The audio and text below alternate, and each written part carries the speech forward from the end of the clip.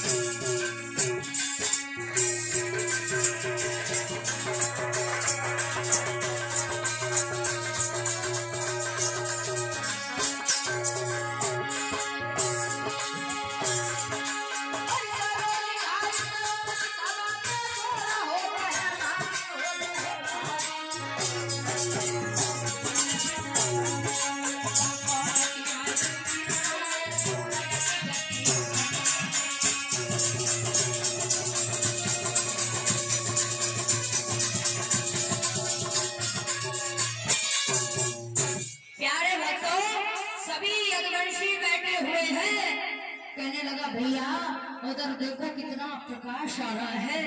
एक यदुवंशी ने देखा, 17 जी तो मणि गले में पहन करके भगवान कन्हैया की सभा में पहुंचा। तो एक बोला, अरे भैया ये मणि इसकी जरूर है लेकिन इसे शोभा नहीं देती है। दूसरा बोला, भैया राजा के आगे रैयत भी इस प्रकार रहे। तीसरा थोड़ा डबल खोपड़ी का था। बोला, धीरे धीरे क्यों कह रहे हो, अरे ये इसकी मणि जरूर है लेकिन इसे शोभा नहीं देती। राजा के आगे रैयत भी इस प्रकार रहे। उसने जोर से कह दिया।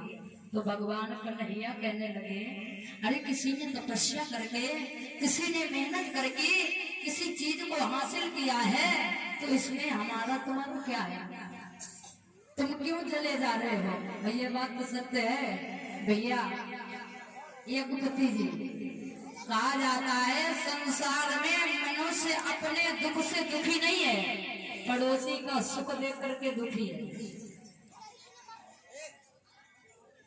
प्यारे भक्तों, यदुवंशियों की सभा में भगवान कन्हैया ने बताया कि उसने मेहनत करके किसी चीज को हासिल किया है तो हमारा तुम्हारा इसमें क्या है।